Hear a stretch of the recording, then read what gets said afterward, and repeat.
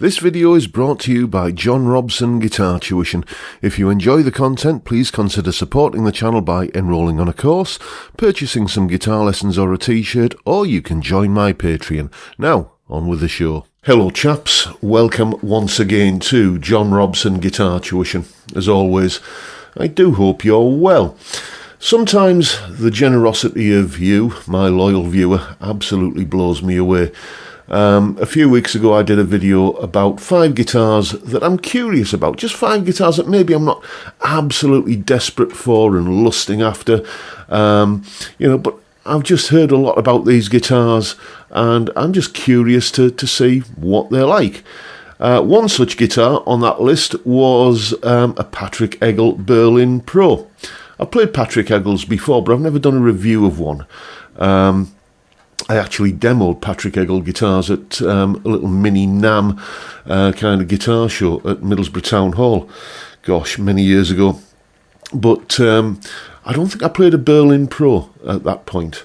But now, thanks to a very generous chap called Sean, I've got my hands on one. This is, I believe, a Patrick Eggle Berlin Pro. Patrick Eggle made various iterations of the Berlin model, and I think this is the Berlin Pro. What I can tell you is, if you look at the neck heel back there, I don't know if you can see that, this came from the Patrick Eggle Custom Shop in 1996. So it's a 27-year-old guitar, and as I say, it's been very, very generously loaned to me by a viewer of this channel called Sean, who, as I say, he saw that guitars I was curious about video and offered to loan me this. So what we're going to do today is a bit of a first impressions kind of run through of this. It's usually the sort of video I make when I'm unboxing something, but this was taken out of the box nearly 3 decades ago, so I'm a bit late for that one. Let's run through what specs I've been able to find out about this guitar. It's, I believe, a mahogany neck, set neck, obviously, mahogany body, full thickness maple top. I don't know if you can see there, I'm just looking on the monitor. Yeah, you can see like the kind of thickness of the maple top there. It's a nice bit of maple. It's got a slight figuring to it. It's not a big kind of, blingy showstopper like a PRS or something like that, but it's tasteful, I think. In the flesh, it's got a lot of, kind of movement in it, and, it looks nice, basically. I'm not sure how well it's coming across on camera, but believe me, in the room, it looks nice. Unusually for a guitar that was made in the 1990s, it features a roasted maple fretboard. Roasted maple in 1996. Who else was thinking of that back then?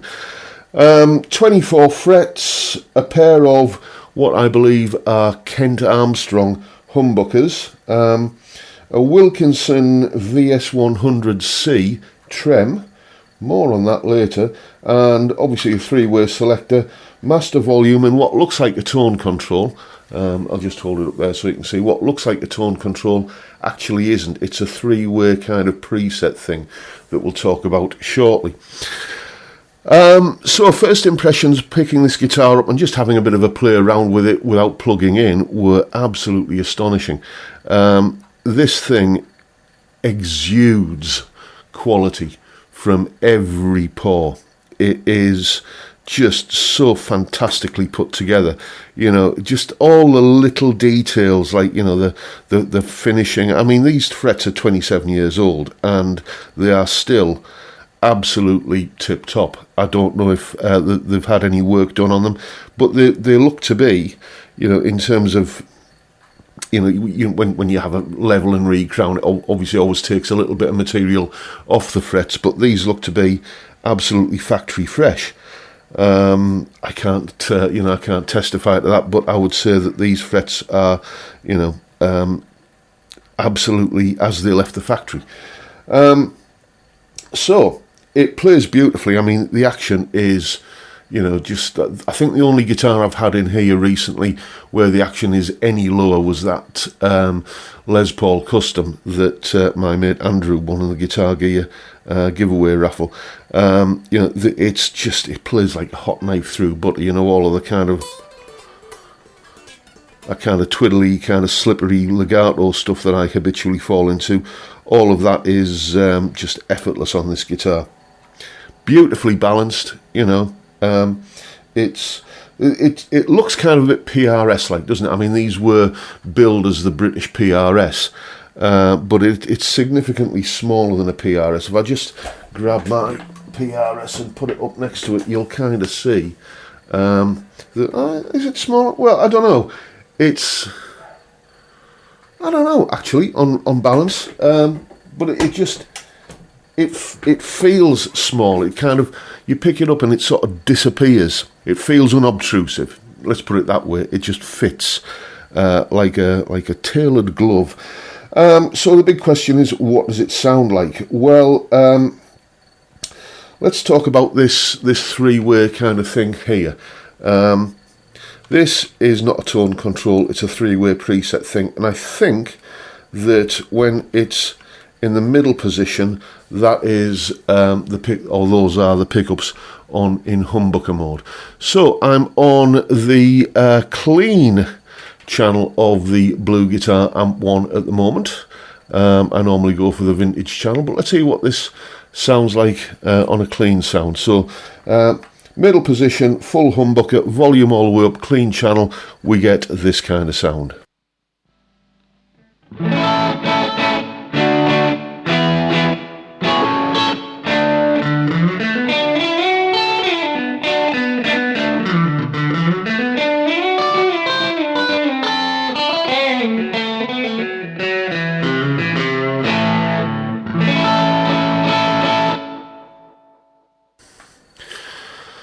That is quite bright, bordering, I would say, on shrill sounding. It's not really what I was expecting, if I'm honest. I think if I turn it this switch one way, I think that then splits the humbuckers. So let's see what that does.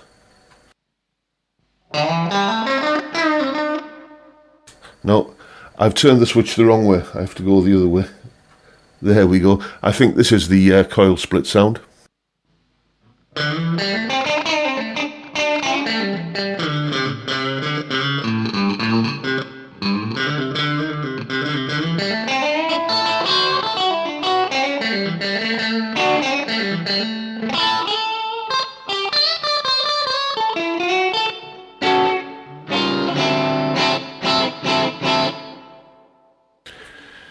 Yeah, it's still kind of struggling to give much clean headroom. You know, it's these. I haven't measured the output of these pickups yet, but when I do the full review on Sunday, when you know I'm going to do like all the weights and measures, nut width, neck profile, and that sort of stuff, I'm going to measure the DC resistance of the pickups there, and I'm guessing they're probably going to be very, very hot because it's a very spiky sound to my ears. The other position on the three-way is supposed to be like kind of a slightly mid-boosted or accentuated mid kind of tone. So let's hear what that sounds like.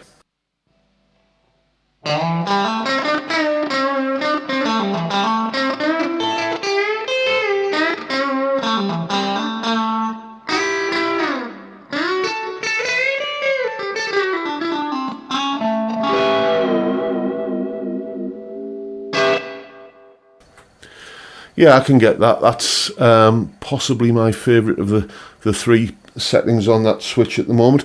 Let's put a little bit of drive on, so I'm going to go to now the vintage channel on the Blue Guitar amp and see what sort of noises that makes. There we go.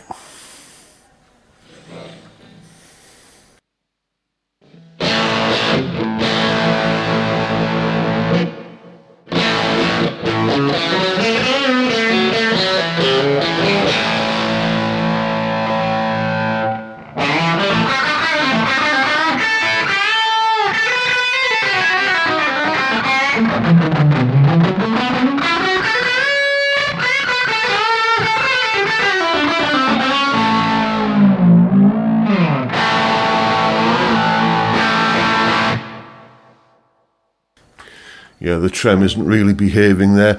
We'll come to that in a second.